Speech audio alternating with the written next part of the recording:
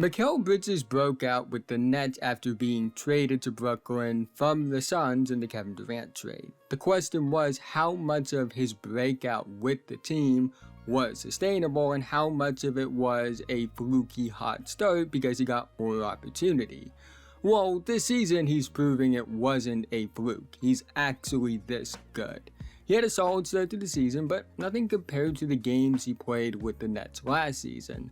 Over his first 10 games, he averaged 20.2 points per game, 6.3 rebounds per game, and 3.7 assists per game on 44.9, 26.9, 85 splits, and a 54.7 true shooting percentage. Not awful numbers, but definitely not the numbers he put up with the Nets last season. However, over his last 13 games, he's averaging 25.2 points per game, 5.5 rebounds per game, and 4.1 assists per game on 51.3, 50, 87.5 splits, and a 63.6 true shooting percentage. Mikal is a player I view as the ideal modern-day star wing, and I want to talk about just how good he is, as well as why he's so valuable to the rest of the NBA. But quickly before we go any further, if you're new and like basketball, I'd really appreciate if you would like, subscribe, and hit the notification bell. I'm notified whenever I release a video. I make videos about basketball all the time, and liking and subscribing are the two best ways can help me out in the YouTube algorithm, help support the channel, and help me reach my goal of 10,000 subscribers by the end of the season. Let's try and get 100 likes on this video so YouTube will recommend it to others. Anyways, let's talk about Mikal Bridges.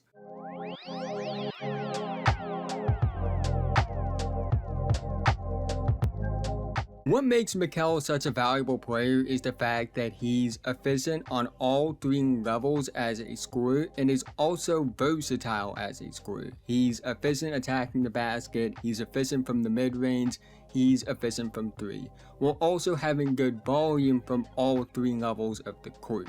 On top of that, he's a very versatile scorer, he's effective both on and off the ball, which makes him an ideal high-usage player on any NBA team. Mikal has been really good attacking the basket this season. He's shooting 62.1% on 5 rim attempts per game. He's also averaging 4.9 free throw attempts per game, putting him in the 85th percentile in rim volume and 90th percentile in free throw attempts. I wouldn't say he's elite attacking the basket. He's not Giannis, Zion, Ja, or LeBron in that regard, but he's proven to be capable and effective. He's a good athlete, even if he isn't a freakish one. He has very good touch around the basket, good cutter off the ball, good attacker on the ball. He has effective counters, and when he can't finish, he's able to draw contact at a relatively good rate. It's not the main focus of his game, but it's at a level that's good enough to classify him as a 3-level scorer, given how good he is at scoring on the other 2 levels of the court. Mikal Bridges is one of the best mid-range shooters in the NBA. According to Clean the Glass, he shoots 48% on 4.2 short mid-range attempts per game, which are shots between 4 feet and just within 14 feet, and he shoots 42% on 2.2 long mid-range attempts per game, which are shots between 14 feet and just within the 3-point line. He's very good at using pull-ups in the mid-range area. He's somebody that shoots 45.2% on 5 pull-up mid-range shots per game. He uses his long arms and fluid shot mechanics to be very hard to contest. He's a high field creator in the mid-range area, gets to his spots well, has instinctual counters, and this is an area he's seen the most growth. He went from having 73.2% of his 2-point field goals assisted on with the Suns to 42.4% of his 2-point field goals assisted on with the Nets. It's been a major ceiling raiser. It's taking him from somebody that's a 3-and-D wing in a complementary role, somebody that plays off of other stars like a Harrison Barnes, Michael Porter Jr. type offensive player, to a legit top 2 option level creator in a higher usage role. Someone you can rely on as a source of offense, like a Paul George, Jaylen Brown type of player. Mikal is also a pretty good 3-point shooter, which is an area he's always been good at. This season he's shooting 38.3% from 3, on 5.8 attempts per game, but he's shooting 50% from 3 on 5.1 attempts per game over his last 13 games. I will say while he's capable on the ball from 3, a decent amount of his 3-pointers are off-ball assisted ones, as 84.3% of his 3-pointers are off-assist, and 75.8% of his 3-point attempts are catch-and-shoot looks. But still, being a real threat off the ball as a 3-point shooter is valuable, and it expands how he can be used as an offensive player. He has fluid shot prep, and makes him a player you have to worry about even when he doesn't have the basketball in his hands, and it allows you to play more ball-dominant oriented players like a Cam Thomas without it messing up the flow of the offense. I think if he were more proven on the ball as a 3-point shooter, it would raise his value in ceiling even more than it already has, but considering how great of a creator he is in the mid-range area and how good he is attacking the basket, being a catch-and-shoot player that's great at it and just okay to solid on the ball is more than enough. Mikal is also a solid passer. He never is going to be a primary creator in terms of playmaking. His role is to be a scorer, but he has solid vision, makes good reads, his scoring gravity can create advantages for those around him. He's not a selfish player that's a black hole on offense. He will find open players when it's the right situation. It's not something I would say is a focus of his game. It's not something that I would say makes him a potential superstar. It's not that level, but he is a good enough playmaker to complement his scoring ability, ideally as a connecting playmaker.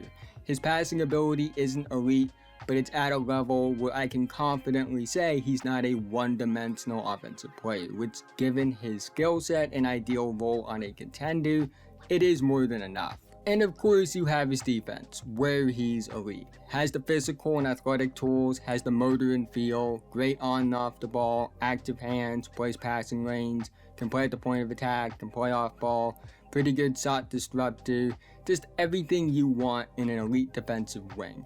It's an area he's been elite at since he entered the NBA, and while he may not quite be what it was in Phoenix, where he was arguably a top 3 defensive player in the NBA, considering how much more offensive responsibility he has now, and now that he has to focus a lot more energy into his offense, he still is incredible on that end, and still one of the best defensive players in the NBA. Mikal Bridges is the ideal second star. He's not someone I would say is a primary option level player. He doesn't quite meet the rim pressure, on-ball 3-point creation, and playmaking threshold to be that kind of player, but he's not bad in those areas either.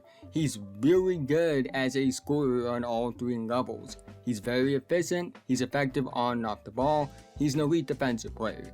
He's the perfect co-star to put next to an offensive hub. Guys like Luka Doncic, Trae Young, Nikola Jokic, John Morant, Tyrese Halliburton, and LeBron James, just to name a few.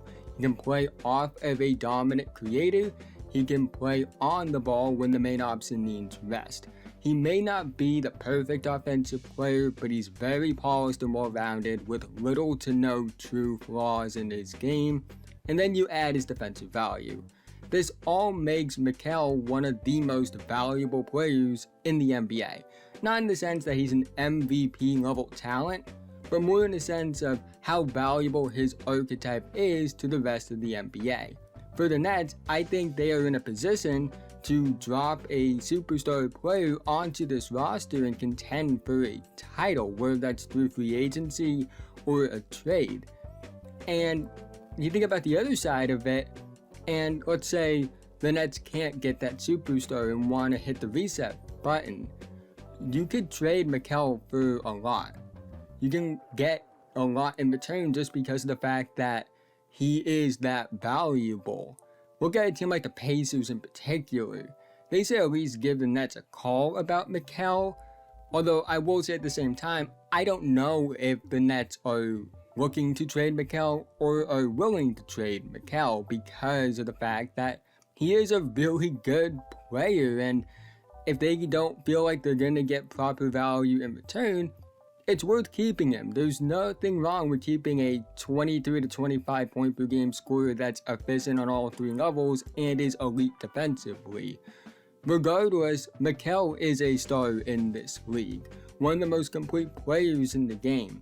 And he's just proof that development is never something with a time limit. But that's the end of this video. If you made it to this point, thank you so much. Again, haven't already, like, subscribe, hit notification bell, I'm notified whenever I release a video. I make videos about basketball all the time, and liking and subscribing are the two best ways can help me out in the YouTube algorithm, help support the channel, and I'll be reaching my goal of 10,000 subscribers by the end of the season. Let's try and get 100 likes on this video so YouTube will recommend it to others. Let me know what you think about Mikal Bridges in the comment section below.